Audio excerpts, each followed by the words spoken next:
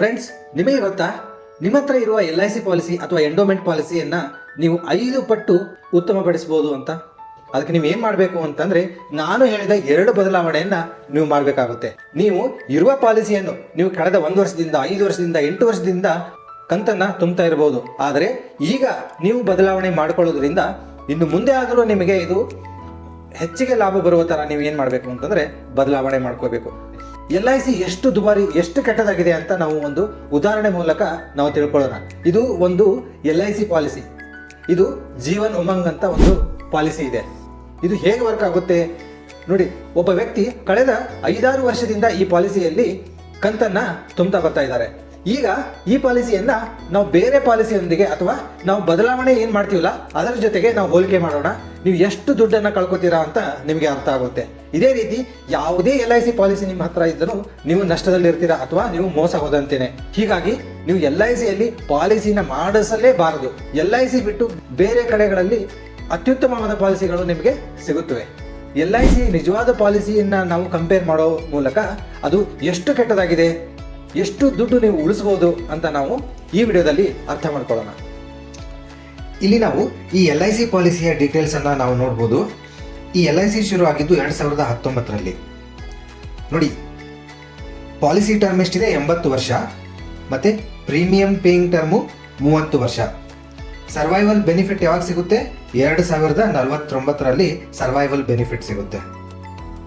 So ಈ policy mature ಆಗೋದು 2099ರಲ್ಲಿ. ಅಂದರೆ ಪಾಲಿಸಿ ಶುರು ಆದಾಗಿಂದ 100 ವರ್ಷ ಆದಮೇಲೆ ಈ ಪಾಲಿಸಿ ಮ್ಯಾಚೂರ್ ಆಗುತ್ತೆ. ಸಮ್ ಅಶ್ಯೂರ್ಡ್ ಎಷ್ಟಿದೆ? 12,50,000 ಇದೆ. ಪ್ರೀಮಿಯಂ ಎಷ್ಟು ತುಂಬಬೇಕು? ಪ್ರತಿ ವರ್ಷ ಅವರು 35,971 ಅವರು ಪ್ರೀಮಿಯಂ ತುಂಬಬೇಕು. ಯಾವಾಗ ಅಂತಂದ್ರೆ ಪ್ರತಿ ವರ್ಷ ಅಕ್ಟೋಬರ್ ಅಲ್ಲಿ ಅವರು ಪ್ರೀಮಿಯಂ ತುಂಬಬೇಕು. ಅವರು ಡೇಟ್ ಆಫ್ ಬರ್ತ್ ಎಷ್ಟಿದೆ? ಏಪ್ರಿಲ್ 1999. ಈ ಪಾಲಿಸಿ ಮಾಡಿದಾಗ ಅವ್ರಿಗೆ 20 ವರ್ಷ ಆಗಿತ್ತು. ಇದೇ ಡೀಟೇಲ್ಸ್ ಅನ್ನ ನಾವು ಇಲ್ಲಿ ಕೂಡ ನೋಡ್ಬೋದು. ಈ ಪಾಲಿಸಿಯಲ್ಲಿ 20 ವರ್ಷದ ಒಬ್ಬ ವ್ಯಕ್ತಿ 2019ರಲ್ಲಿ ಈ ಪಾಲಿಸಿಯನ್ನ ಖರೀದಿ ಮಾಡ್ತಾನೆ. ಅವನು 30 ವರ್ಷ ಕಂತನ್ನ ತುಂಬ್ತಾನೆ. 35,971. ಅವನ ಪಾಲಿಸಿ ಎಷ್ಟು ವರ್ಷದವರೆಗೆ ಇರುತ್ತೆ ಅಂತಂದ್ರೆ 80 ವರ್ಷ. ಅವನಿಗೆ 100 ವರ್ಷ ಆಗುವವರೆಗೂ ಈ ಪಾಲಿಸಿ ಇರುತ್ತೆ.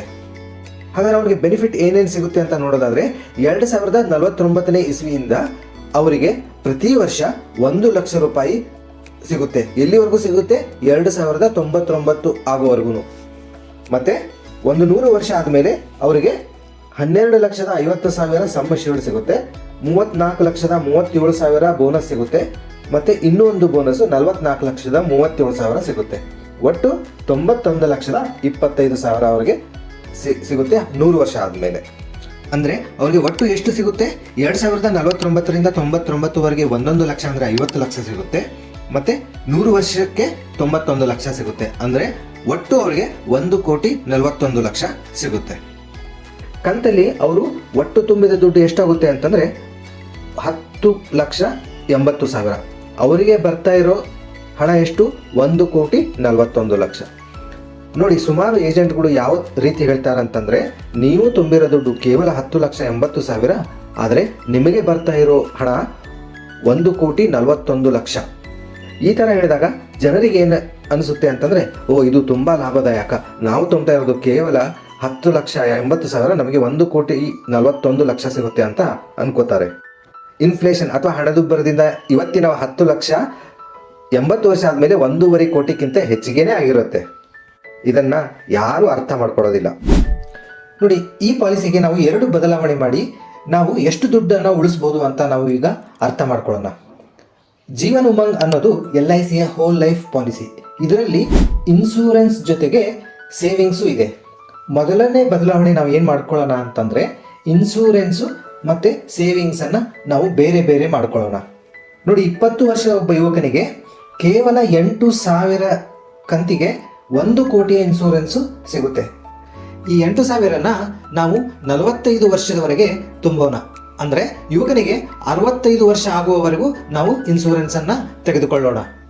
ಈ ತರದ ಒಂದು ನಾವು ಪ್ಯೂರ್ ಇನ್ಶೂರೆನ್ಸ್ ಅನ್ನ ಮಾಡಿಸೋಣ.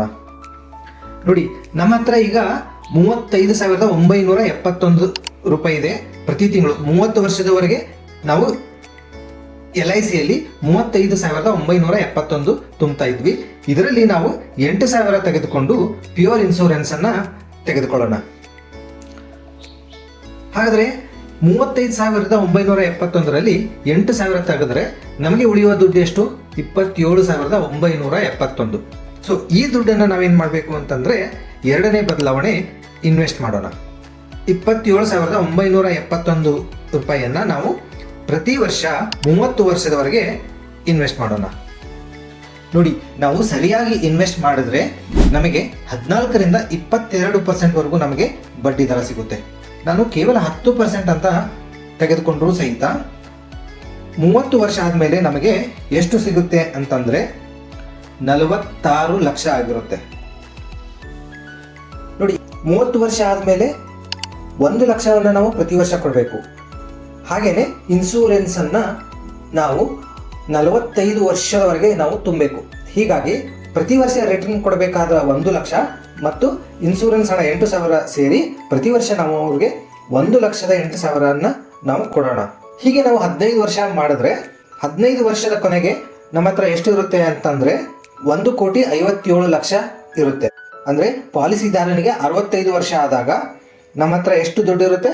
1,57,00,000 ಇರುತ್ತೆ. ನೋಡಿ, 65 ವರ್ಷ ಆದ್ಮೇಲೆ ನಾವು ಇನ್ಶೂರೆನ್ಸ್ ಅನ್ನ ತುಂಬಬೇಕಾದ ಅವಶ್ಯಕತೆ ಇಲ್ಲ. ಹೀಗಾಗಿ ಪಾಲಿಸಿದಾರನಿಗೆ 65 ವರ್ಷ ಆಗಿರೋದ್ರಿಂದ ನಾವು ಇನ್ನು 35 ವರ್ಷದವರೆಗೆ ಈ ಹಣವನ್ನ ಇನ್ವೆಸ್ಟ್ ಮಾಡೋಣ. 10% ಬಡ್ಡಿ ದರಕ್ಕೆ ಇನ್ವೆಸ್ಟ್ ಮಾಡೋಣ. ಮತ್ತೆ ನಾವು ಪ್ರತಿ ವರ್ಷ ಅವರಿಗೆ 1 ಲಕ್ಷವನ್ನ ವಾಪಸ್ ಕೊಡಬೇಕು. ಈ ತರ ಈ ಹಣವನ್ನ 1,57,00,000 ಹಣವನ್ನ 35 ವರ್ಷದವರೆಗೆ 10% ಬಡ್ಡಿ ದರದಲ್ಲಿ ಪ್ರತಿ ವರ್ಷ ಅವರಿಗೆ 1 ಲಕ್ಷ ರಿಟರ್ನ್ ಕೊಡ್ತಾ ಹೋದ್ರೂ ಸಹಿತ ನಮಗೆ 100 ವರ್ಷದ ಕೊನೆಗೆ ಎಷ್ಟು ಸಿಗುತ್ತೆ ಅಂತ ನೋಡಿದ್ರೆ 41,65,00,000 ಸಿಗುತ್ತೆ. LICಯಲ್ಲಿ ನಮಗೆ ಸಿಗ್ತಾ ಇರೋ ದುಡ್ಡು ಎಷ್ಟು ಅಂತಂದ್ರೆ ಕೇವಲ 91 ಲಕ್ಷ. ಇಲ್ಲಿ ಎಷ್ಟು ಸಿಗ್ತಾ ಇದೆ? 41 ಕೋಟಿ ಸಿಗ್ತಾ ಇದೆ. ಅಂದ್ರೆ ನಮಗೆ ಸುಮಾರು 40 ಕೋಟಿ ಹೆಚ್ಚಿಗೆ ಸಿಗ್ತಾ ಇದೆ. ನೋಡಿ, ಈ ಚಾರ್ಟ್ ಅಲ್ಲಿ ನೀವು ನೋಡ್ಬೋದು LICಯಲ್ಲಿ ಪ್ರತಿ 10 ವರ್ಷಕ್ಕೆ ಎಷ್ಟು ಸಿಗಬಹುದು ಅಂತ ನಾನು ಇಲ್ಲಿ ಅಂದಾಜು ಕೊಟ್ಟಿದ್ದೀನಿ. ಯಾಕಂತಂದ್ರೆ 100 ವರ್ಷಕ್ಕೆ ಬೋನಸ್ ನಮಗೆ 78 ಲಕ್ಷ ಸಿಗುತ್ತೆ ಅಂತ ಅವರು ಕೊಟ್ಟಿದ್ದಾರೆ. ಆದ್ರೆ ಬೇರೆ ವರ್ಷಗಳಲ್ಲಿ ಎಷ್ಟು ಸಿಗುತ್ತೆ ಅಂತ ನಮಗೆ ಸರಿಯಾಗಿ ಗೊತ್ತಿಲ್ಲ. ಆದ್ರೆ ಸಮ್ ಅಶ್ಯೂರ್ಡ್ 12,50,000 ಸಿಗುತ್ತೆ. ಅದರ ಮೇಲೆ ಬೋನಸ್ ಎಷ್ಟು ಸಿಗುತ್ತೆ ಅಂತ ನಮಗೆ ಗೊತ್ತಿಲ್ಲ. ಹೀಗಾಗಿ ನಾನು LICಯಲ್ಲಿ ಅಂದಾಜು ಮಾಡಿದ್ದೀನಿ. ನಾವು ಬದಲಾವಣೆ ಮಾಡಿದ್ರಲ್ಲಿ 1 ಕೋಟಿಗಿಂತ ಕಡಿಮೆ ಯಾವ ವರ್ಷನೂ ನಮಗೆ ಬರೋದಿಲ್ಲ. ಡೆತ್ ಬೆನಿಫಿಟ್ ಯಾವ ವರ್ಷಕ್ಕೆ ಎಷ್ಟು ಸಿಗಬಹುದು ಅಂತ ನಾನು ಇಲ್ಲಿ ಒಂದು ಚಾರ್ಟ್ ಅಲ್ಲಿ ಕೊಟ್ಟಿದ್ದೀನಿ. ನೋಡಿ, 65 ವರ್ಷಕ್ಕೆ LICಯಲ್ಲಿ 42 ಲಕ್ಷ ಸಿಕ್ಕರೆ ನಾವು ಬದಲಾವಣೆ ಮಾಡಿದ್ರಲ್ಲಿ 2,50,00,000 ಸಿಗುತ್ತೆ. 70 ವರ್ಷಕ್ಕೆ LICಯಲ್ಲಿ 48 ಲಕ್ಷ, ಇಲ್ಲಿ 2,40,00,000. 80 ವರ್ಷಕ್ಕೆ LICಯಲ್ಲಿ 61 ಲಕ್ಷ, ಇಲ್ಲಿ ನಮಗೆ 6,20,00,000 ಸಿಗುತ್ತೆ. ಇದನ್ನ ನೋಡಿ ನಮಗೆ ಗೊತ್ತಾಗುತ್ತೆ LIC ಎಷ್ಟು ಕೆಟ್ಟದಾಗಿದೆ ಅಂತ. ನಾವು ಬದಲಾವಣೆ ಮಾಡಿದ್ರಲ್ಲಿ ನಮ್ಗೆ ಏನ್ ಸಿಗ್ತಾ ಇದೆ? ಸಮ್ ಅಶ್ಯೂರ್ಡ್ 65 ವರ್ಷದವರೆಗೆ ನಮಗೆ ಸಮ್ ಅಶ್ಯೂರ್ಡ್ 1 ಕೋಟಿ ಸಿಗುತ್ತೆ. ಇನ್ ಕೇಸ್ ಆಫ್ ಡೆತ್ ಆಯ್ತು ಅಂತಂದ್ರೆ 1 ಕೋಟಿ ಸಿಗುತ್ತೆ. ಮತ್ತು ಇನ್ವೆಸ್ಟ್ ಮಾಡಿದ ದುಡ್ಡು ನಮಗೆ ಸಿಗುತ್ತೆ. ಡೆತ್ ಆಗಿಲ್ಲ ಅಂತಂದ್ರೆ 65 ವರ್ಷ ಆದ್ಮೇಲೆ ನಮಗೆ ಕೇವಲ ನಾವು ಏನು ಇನ್ವೆಸ್ಟ್ ಮಾಡಿರ್ತೀವಲ್ಲ ಆ ದುಡ್ಡು ಮಾತ್ರ ನಮಗೆ ಸಿಗುತ್ತೆ. ನಮಗೆ ಇನ್ಶೂರೆನ್ಸ್ ಹಣ ಸಿಗೋದಿಲ್ಲ. ಯಾಕಂತಂದ್ರೆ ಇನ್ಶೂರೆನ್ಸ್ ಹಣ ನಮಗೆ 65 ವರ್ಷದವರೆಗೆ ಡೆತ್ ಆಯ್ತು ಅಂದ್ರೆ ಮಾತ್ರ ಸಿಗುತ್ತೆ. ಇಲ್ಲ ಅಂತಂದ್ರೆ ಅಲ್ಲಿ ನಮಗೆ ಯಾವುದೇ ಹಣ ಸಿಗೋದಿಲ್ಲ. ನಾವು ಇನ್ವೆಸ್ಟ್ ಮಾಡಿರೋ ದುಡ್ಡು ಮಾತ್ರ ನಮಗೆ 65 ವರ್ಷ ಆದ್ಮೇಲೆ ನಮಗೆ ಸಿಗುತ್ತೆ. LICಯ ಒಂದೇ ಪಾಲಿಸಿಯಿಂದ ನಮಗೆ ಎಷ್ಟು ನಷ್ಟ ಆಗುತ್ತೆ ಅಂತ ನೀವು ಊಹೆ ಮಾಡ್ಕೋಬಹುದು. ಲಾಂಗ್ ಟರ್ಮ್ ಅಲ್ಲಿ ನಾವು ತುಂಬಾನೇ ದುಡ್ಡು ಕಳ್ಕೊತೀವಿ. ಒಂದೊಂದು ಪಾಲಿಸಿಯಿಂದ 50 ಲಕ್ಷ 1 ಕೋಟಿವರೆಗೂ ಸಹಿತ ನಾವು ದುಡ್ಡನ್ನ ಕಳ್ಕೊತೀವಿ. ಎಲ್ಲಿ? ಎಂಡೋಮೆಂಟ್ ಮತ್ತೆ LIC ಪಾಲಿಸಿಯಲ್ಲಿ. ಹೀಗಾಗಿ LIC ಪಾಲಿಸಿನ ನಾವು ಖಂಡಿತ ಮಾಡಿಸಬಾರ್ದು. ಮತ್ತೆ ಎಂಡೋಮೆಂಟ್ ಪಾಲಿಸಿ ಕೂಡ ನಾವು ಯಾವತ್ತೂ ಮಾಡಿಸಬಾರ್ದು. ಕಂಪನಿಯಿಂದ ಬರುವ ಲಾಭ ನಿಮಗೆ 5 ಪಟ್ಟು ಹೆಚ್ಚಿಗೆ ಆಗುತ್ತೆ ಕೇವಲ 2 ಬದಲಾವಣೆ ಮಾಡಿಕೊಳ್ಳೋದ್ರಿಂದ. ನಿಮ್ಮ ಹತ್ರ LIC ಪಾಲಿಸಿ ಇದ್ದರೂ ಸಹಿತ 1 ರೂಪಾಯಿನೂ ನೀವು ಕಂಪನಿಗೂ ಕೊಡಬೇಕಾಗಿಲ್ಲ, ನನಗೂ ಕೊಡಬೇಕಾಗಿಲ್ಲ. ಆದರೆ ಕಂಪನಿಯಿಂದ ಬರುವ ದುಡ್ಡು ನಿಮಗೆ 5 ಪಟ್ಟು ಹೆಚ್ಚಿಗೆ ನಾನು ಮಾಡಿಕೊಡಬಹುದು. ಕೇವಲ 1 ಅಥವಾ 2 ಬದಲಾವಣೆ ಮಾಡಿಕೊಳ್ಳೋದ್ರಿಂದ ನೀವು 5 ಪಟ್ಟು ಕಂಪನಿಯಿಂದ ಲಾಭ ಪಡಿಬಹುದು. ನೀವೆಲ್ಲರೂ ಅದನ್ನ ತಿಳ್ಕೋಬೇಕಾಗಿದೆ. ನೋಡಿ, ನಾನು ಸುಮಾರು ಜನರನ್ನ ನೋಡಿದ್ದೀನಿ, 1 ಪಾಲಿಸಿಗಿಂತ ಹೆಚ್ಚಿಗೆ ಪಾಲಿಸಿ ಮಾಡಿರ್ತಾರೆ. ನಾನು ಸುಮಾರು ಜನರನ್ನ ನೋಡಿದ್ದೀನಿ 5ಕ್ಕಿಂತ ಹೆಚ್ಚಿಗೆ ಪಾಲಿಸಿ ಸಹಿತ ಮಾಡಿಸಿರ್ತಾರೆ. ಕೆಲವೊಂದು ಜನ 10 ಅಥವಾ 10ಕ್ಕಿಂತ ಹೆಚ್ಚಿಗೆ LIC ಪಾಲಿಸಿ ಮಾಡಿಸ್ತಾರೆ. ಯಾವಾಗಲೂ ಇನ್ಸೂರೆನ್ಸು ಒಂದೇ ಆಗಿರಬೇಕು. ಅದಕ್ಕಿಂತ ಹೆಚ್ಚಿಗೆ ನಿಮ್ಮ ಹತ್ರ ಇನ್ಸೂರೆನ್ಸ್ ಇದ್ರೆ ನೀವು ಮೋಸ ಹೋದಂಗೆನೆ. ಹೀಗಾಗಿ ಸುಮಾರು ಜನರು ಅವ್ರಿಗೆ ಗೊತ್ತೇ ಆಗಲ್ಲ ಅವ್ರು ಮೋಸ ಹೋಗಿದ್ದಾರೆ ಅಂತ. ನೋಡಿ, LICಯಲ್ಲಿ ಎಲ್ಲಾ ಪಾಲಿಸಿಗಳು ದುಬಾರಿಯಾಗಿದೆ ಮತ್ತು ಕೆಟ್ಟದಾಗಿದೆ. ನೀವು ಯಾವುದೇ ಪಾಲಿಸಿ ಇದ್ದರೂ ಸಹಿತ ನೀವು ಇರುವ ಪಾಲಿಸಿಯನ್ನ ಬದಲಾವಣೆ ಮಾಡ್ಕೋಬಹುದು ಮತ್ತೆ ಅದನ್ನ ಸುಧಾರಿಸಿಕೊಳ್ಳಬಹುದು. ನಿಮಗೇನಾದ್ರೂ ಸಂದೇಹ ಇದ್ರೆ ನೀವು ನಮ್ಮನ್ನ ಸಂಪರ್ಕಿಸಬಹುದು. ನಾವು ನಿಮಗೆ ಉಚಿತವಾದ ಸಲಹೆಯನ್ನ ಕೊಡ್ತೀವಿ. ನಿಮಗೆ ಏನಾದರೂ ಸಲಹೆ ಬೇಕಾದ್ರೆ ಇನ್ಶೂರೆನ್ಸ್ ಬಗ್ಗೆ, ಇನ್ವೆಸ್ಟ್ಮೆಂಟ್ ಬಗ್ಗೆ, ಉಳಿತಾಯದ ಬಗ್ಗೆ ನಿಮಗೆ ಏನಾದರೂ ಮಾಹಿತಿ ಬೇಕಾದ್ರೆ ನೀವು ನಮ್ಮನ್ನ ಸಂಪರ್ಕಿಸಬಹುದು.